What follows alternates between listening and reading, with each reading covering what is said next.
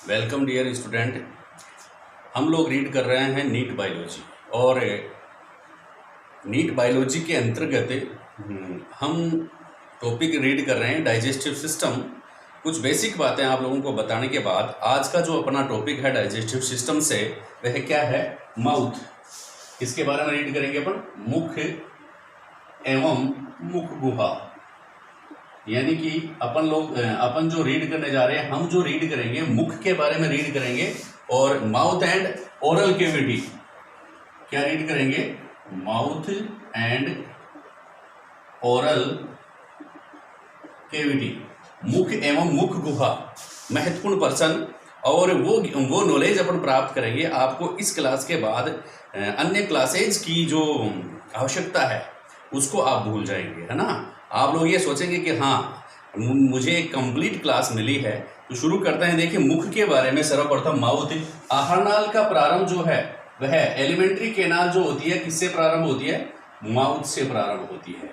तो सबसे पहले मैं माउथ के कुछ महत्वपूर्ण प्रश्नों के बारे में आपको बता रहा हूं कि मुख गुहा जो है, यह माउथ जो है वो मुख गुहा का अग्रभाग है, अग्रद्वार है। यह प्रत्येक जो वर्टिब्रेट्स जो होते हैं उनमें भिन्न भिन्न प्रकार का होता है, तो इनकी अपन चर्चा करेंगे। देखिए, एम्फियोक्सस नंबर फर्स्ट अपन एम्फियोक्सस की चर्चा करें। मुख जो होता है एम्फियोक्सस में किस प्रकार का होता है, तो एम्फियोक्सस जो होता है उसमें एंटेरोस्टोम को छोड़ता हुआ प्रघाण के अग्र सिरे पर स्थित होता है। एंटेरोस्टोम, देखो ध्यान रखना, एंटेरोस्टोम को मुख मान लिया जाता है साइक्लोस्टोम्स में, जो कि गलत है। ठीक है, जो मुख जो होता है साइक्लोस्टोम है वह एंटेरोस्टोम जो होता है उसको छेदता हुआ, उससे पार करता हुआ कहां तक पाया जाता है, वेस्टिब्यूल या प्रघाण जो होती है, वेस्टिब्यूल या प्रघाण के अग्र सिरे पर, प्रघाण के अग्र सिरे पर पाया जाता है। एम्फियोक्सस की बात हो गई है कि एम्फियोक्सस में माउथ कहां पाया जाता है, वेस्टिब्यूल्स के अग्र सिरे पर, नहीं कि एंटेरोस्टोम जो होता है वह जिसको कहते हैं एम्फियोक्सस का माउथ नहीं है, ये ध्यान रखना। एंटेरोस्टोम एम्फियोक्सस का माउथ नहीं है, तो एक एम्फियोक्सस का माउथ कहां पर स्थित होता है, जो प्रघाण के अग्र सिरे पर, वेस्टिब्यूल्स के अग्र सिरे पर पाया जाता है एम्फियोक्सस में। फिर साइक्लोस्टोम में ये वर्ताकार होता है। नेक्स्ट जो है साइक्लोस्टोम।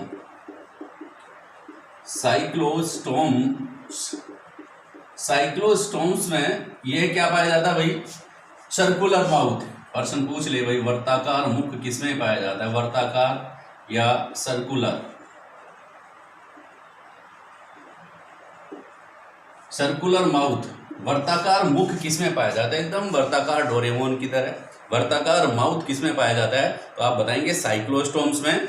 और यह सदैव खुला रहता है, यह सदैव खुला रहता है। ऐसा मुख जिसमें, ऐसे जंतु का नाम बताओ जिसमें माउथ हमेशा खुला रहे, तो दैट इज साइक्लोस्टोम्स। साइक्लोस्टोम्स जो होता है उसमें माउथ हमेशा खुला रहता है, ध्यान रखना।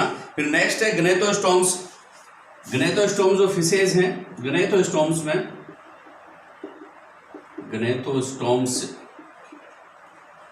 में माउथ जो पाया जाता है वह अंतस्थ, टर्मिनल। ग्नेथोस्टोम्स में किस प्रकार का माउथ पाया जाता है, माउथ की स्थिति होती है टर्मिनल, अंतस्थ माउथ पाया जाता है, अंतस्थ मुख होता है। और एलेज्मोब्रेंक्स और स्टर्जियंस में अधर तल पर पाया जाता है। एलेज्मोब्रेंक्स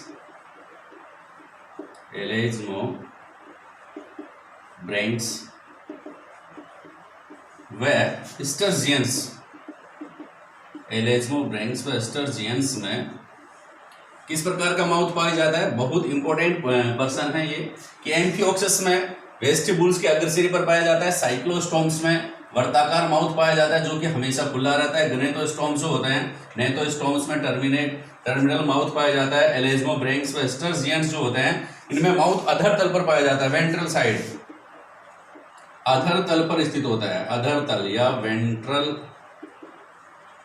साइड पाया जाता है। समझ गए भाई। माउथ जो है, इसकी माउथ की स्थिति मैंने आप लोगों को वर्टिब्रेट्स में भिन्न भिन्न प्रकार से बताई है। कि नंबर फर्स्ट एम्फियोक्सिस में माउथ जो पाया जाता है वो वेस्टिब्यूल, एंटेरोस्टोम माउथ नहीं है एम्फियोक्सिस में, वेस्टिब्यूल्स के अग्र सिरे पर यह पाया जाता है। साइक्लोस्टोम में साइक्लोस्टोम्स में सर्कुलर माउथ पाया जाता है, वृत्ताकार माउथ जो कि हमेशा खुला रहता है। ग्नेथोस्टोम्स जो होते हैं उनमें टर्मिनल माउथ पाया जाता है। और जो एलेज्मोब्रैंक्स वेस्टर्जियंस में अधर तल पर या वेंट्रल साइड पर माउथ पाया जाता है, आपने ध्यान में रखना। और एक खास बात और है कि वास्तविक मासल, फ्लेशी और अचल होठ जो होते हैं वो केवल किसमें पाए जाते हैं, किसमें पाए जाते हैं, ओनली केवल स्तनधारियों में पाए जाते हैं। समझ गए? वास्तविक मासल एवं अचल होठ जो होते हैं किसमें पाए जाते हैं वास्तविक होठ आप ध्यान में रखेंगे, वास्तविक एवं मासल होठ जो पाए जाते हैं, ओष्ठ जो पाए जाते हैं वह किसमें पाए जाते हैं भाई, आप देखना। मासल एवं अचल होठ या लिप्स किसमें पाए जाते हैं, मेमल्स में, ओनली मेमल्स, MEMMALS, मेमल्स, स्तनधारियों में। ये महत्वपूर्ण प्रश्न, स्तनधारी में पाया जाता है। वास्तविक मासल एवं अचल होठ जो होते हैं, अचल लिप्स जो होते हैं वो किसमें पाए जाते हैं, मेमल्स में पाए जाते हैं। वास्तविक लिप्स किसमें पाए जाते हैं, मेमल्स में पाए जाते हैं, स्तनधारियों में पाए जाते हैं। और देखिए अपन चर्चा करते हैं, ये तो कुछ बातें थी थोड़ी सी, अपन इसको कहते हैं डीपली उठा के लेके आए हैं आप लोगों के लिए कि हाँ माउथ के बारे में ये है भी आप लोगों को आना चाहिए। और देखिए माउथ के बारे में खास बात,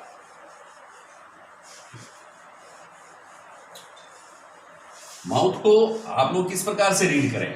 माउथ जो होता है या मुख, इसको आप दो भागों में देखिए। मुख दो चीजों से घिरा रहता है। मुख का स्ट्रक्चर कुछ इस प्रकार से होता है, एक तो होंठ को लीड करेंगे या लिप्स, दूसरा गालों के द्वारा घिरा रहता है, होठों के द्वारा व गालों के द्वारा घिरा रहता है।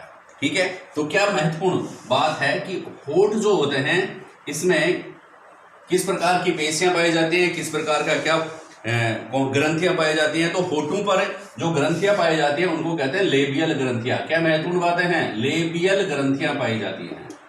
किस पर पाई जाती हैं, होठों पर किस प्रकार की ग्रंथियां पाई जाती हैं, लेबियल ग्रंथियां पाई जाती हैं। किस प्रकार की ग्रंथियां, लेबियल ग्रंथियां पाई जाती हैं। और जो कि सीबेसियस ग्रंथियों का, सीबेसियस ग्लैंड जो होती है उनका रूपांतरण है।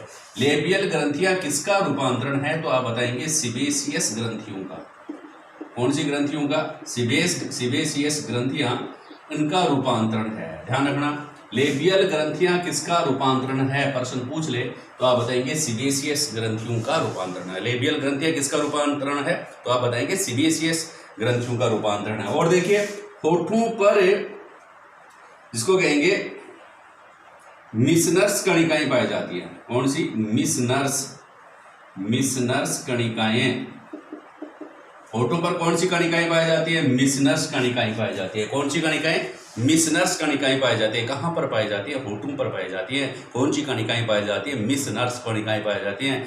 और किस प्रकार की मिसनर्स कणिकाएं क्या काम करती है, फंक्शन क्या है, what is the function of Meissner's granules. तो मिसनर्स जो कणिकाएं हैं इनका फंक्शन क्या है, स्पर्श संवेदी है ना, स्पर्श संवेदी या टेंगो रिसेप्टर्स हैं, स्पर्श संवेदी होती हैं। मिसनर्स कणिकाएं किस प्रकार की होती है भाई, स्पर्श संवेदी कणिकाएं हैं।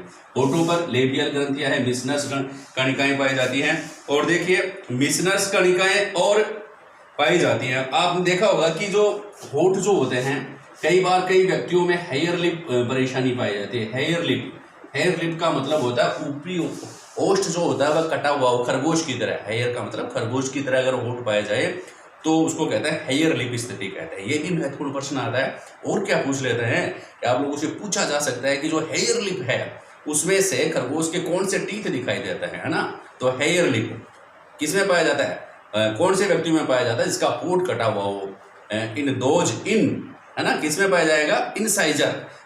जो व्यक्ति जिनका होठ कटा हुआ है तो उनको कहते हैं हेयर लिप। और हेयर में या खरगोश में जो डायस्टमा है या हेयर लिप जो है वहां से कौन से दांत दिखाई देते हैं उस जगह से, तो आप बताएंगे इनसाइजर दांत दिखाई देते हैं। कौन से दांत दिखाई देते हैं, इंसाइजर्स दिखाई देते हैं या इंसीजर्स, इंसीजर टीथ दिखाई देते हैं। हेयर लिप से कौन से टीथ दिखाई देते हैं? इंसाइजर टीथ दिखाई देते हैं। और आप ध्यान में रखेंगे कि होंठ जो होते हैं ये रेखित पेशियों से बने होते हैं। किस प्रकार की पेशियों से?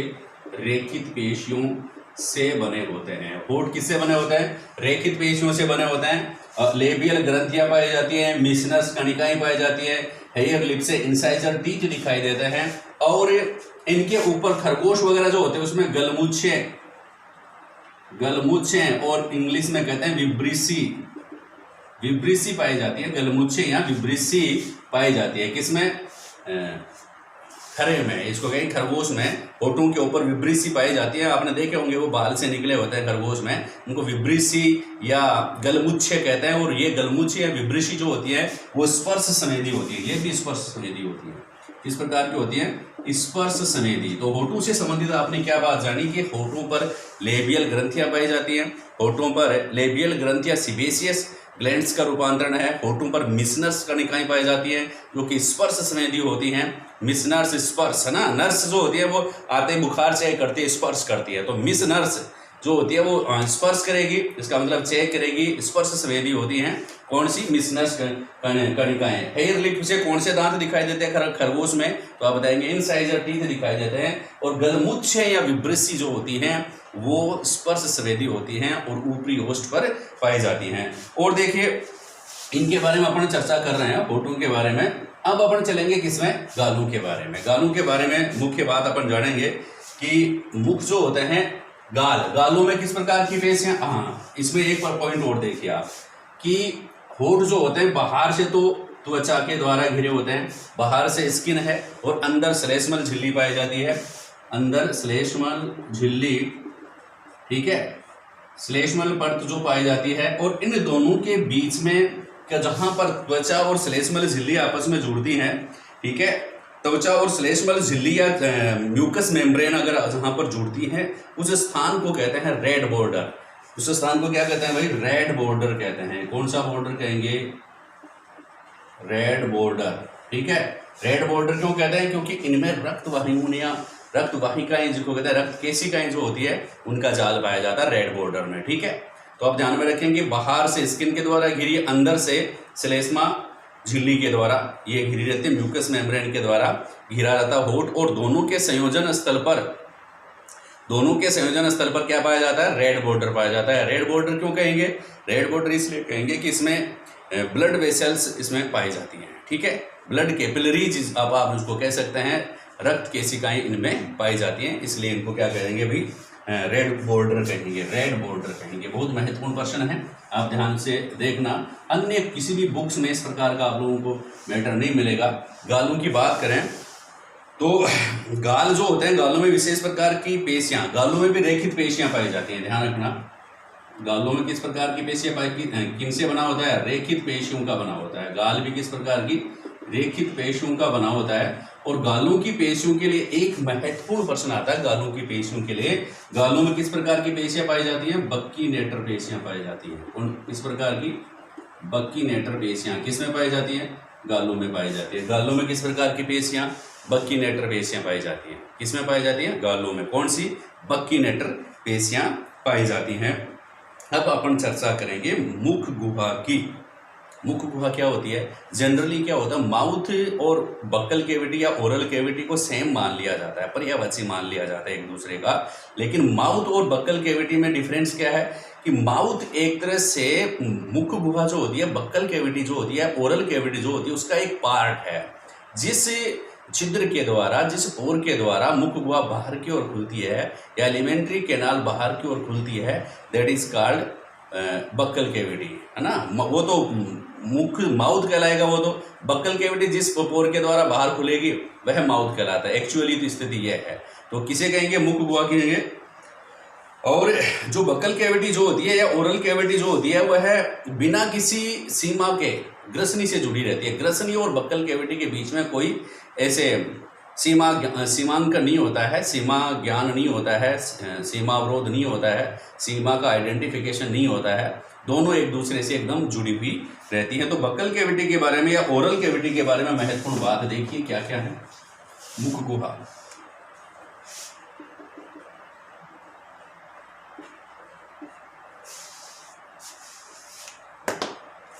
मुख गुहा के बारे में रीड कर लेते हैं। क्या बनता है मुख गुहा, ठीक है, इसको कहेंगे ओरल कैविटी।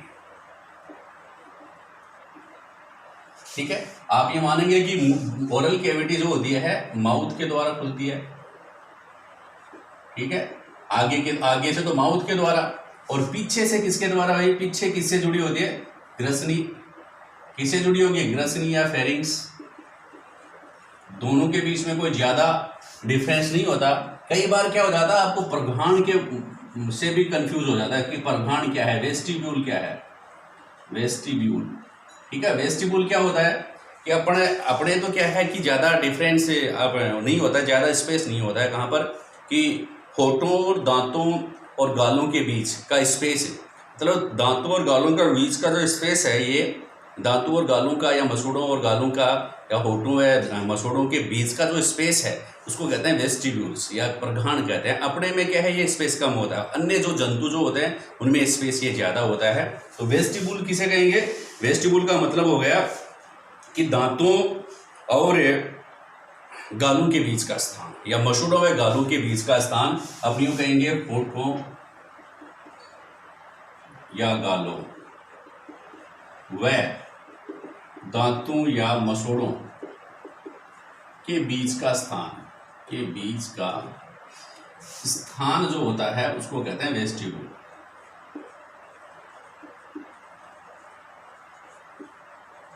उसको क्या कहेंगे? वेस्टिब्यूल कहेंगे। उसको क्या कहेंगे? वेस्टिब्यूल कहेंगे। आगे बात समझ में कि भाई प्रघाण किसे कहेंगे? होठों या गालों व दांतों के व मसूड़ों के बीच का स्थान वेस्टिब्यूल्स या प्रघाण कहलाता है। और थोड़ा डीप पढ़ते हैं इसके बारे में, प्रघाण के बारे में थोड़ा सा और ज्यादा पढ़ते हैं। क्या देखिए, गनेटोस्टोम मछलियां जो होती है, नंबर फर्स्ट फैक्ट फाइल देखिए इसकी मुख गुहा के बारे में। ऐसी जानकारी जो आप लोग जनरली आप लोगों को टीचर्स नहीं पढ़ाते हैं, मैं बता देता हूं क्या फैक्ट फाइल है। नंबर 1 मुख गुहा के बारे में, नंबर फर्स्ट है गनेटोस्टोम्स मछलियां।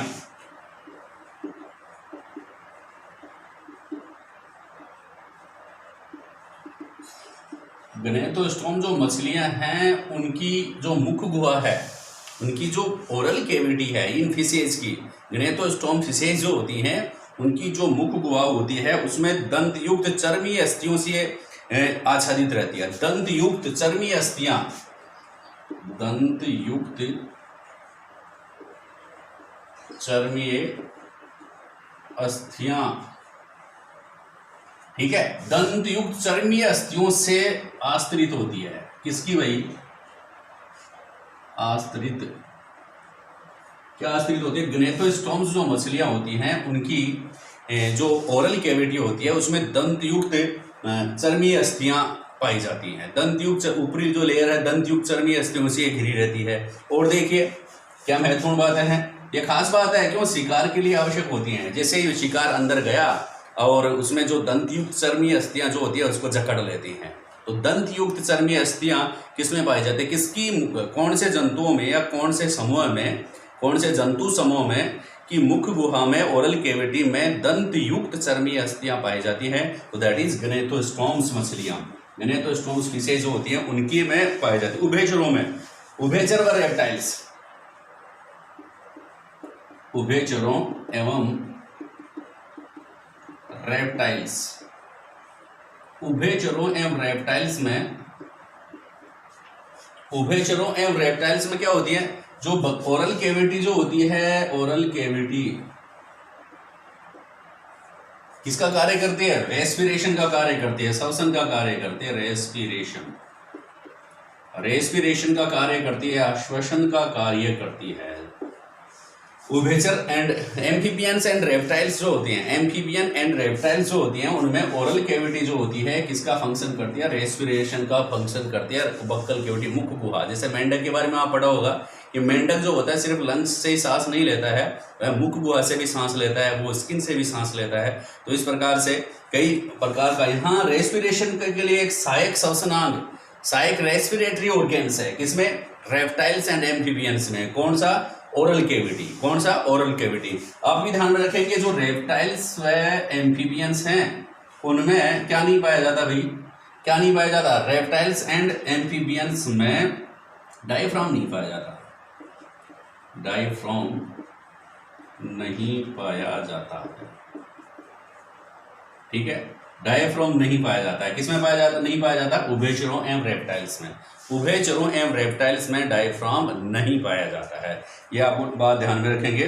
और सहायक अंग, एक और महत्वपूर्ण प्रश्न अगर आप लोगों से पूछे कि मुख गुहा के सहायक अंग कौन कौन से हैं, मुख गुहा के सहायक अंग कौन कौन से हैं, तो आप ध्यान में रखेंगे थर्ड, ओरल कैविटी के सहायक अंग आपको पता है जो माउथ में पाए जाएंगे वो सभी सहायक अंग है। तो आप लोगों से सिंपल बात तो पूछ लिए, नंबर 1 दांत। दांत क्या है? मुख गुहा के सहायक अंग हैं। दांत के अलावा जिह्वा, जीभ, टंग, टीथ, टंग। नंबर 3 मुख ग्रंथियां, मुख ग्रंथियों में कौन सी आ गई? लार ग्रंथियां वगैरह। ठीक है, और फिर नंबर 4 पे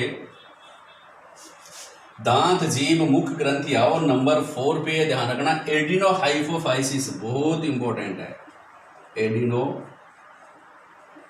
हाइपोफाइसिस, एडिनो हाइपोफाइसिस भी मनुष्य की बात नहीं कर रहा मैं, सभी अदर जो वर्टिब्रेट्स की बात कर रहा हूं उनमें ये सहायक अंग है। एडिनो हाइपोफाइसिस की 2 पोलियां, अग्र व पश्य पोली, अग्र व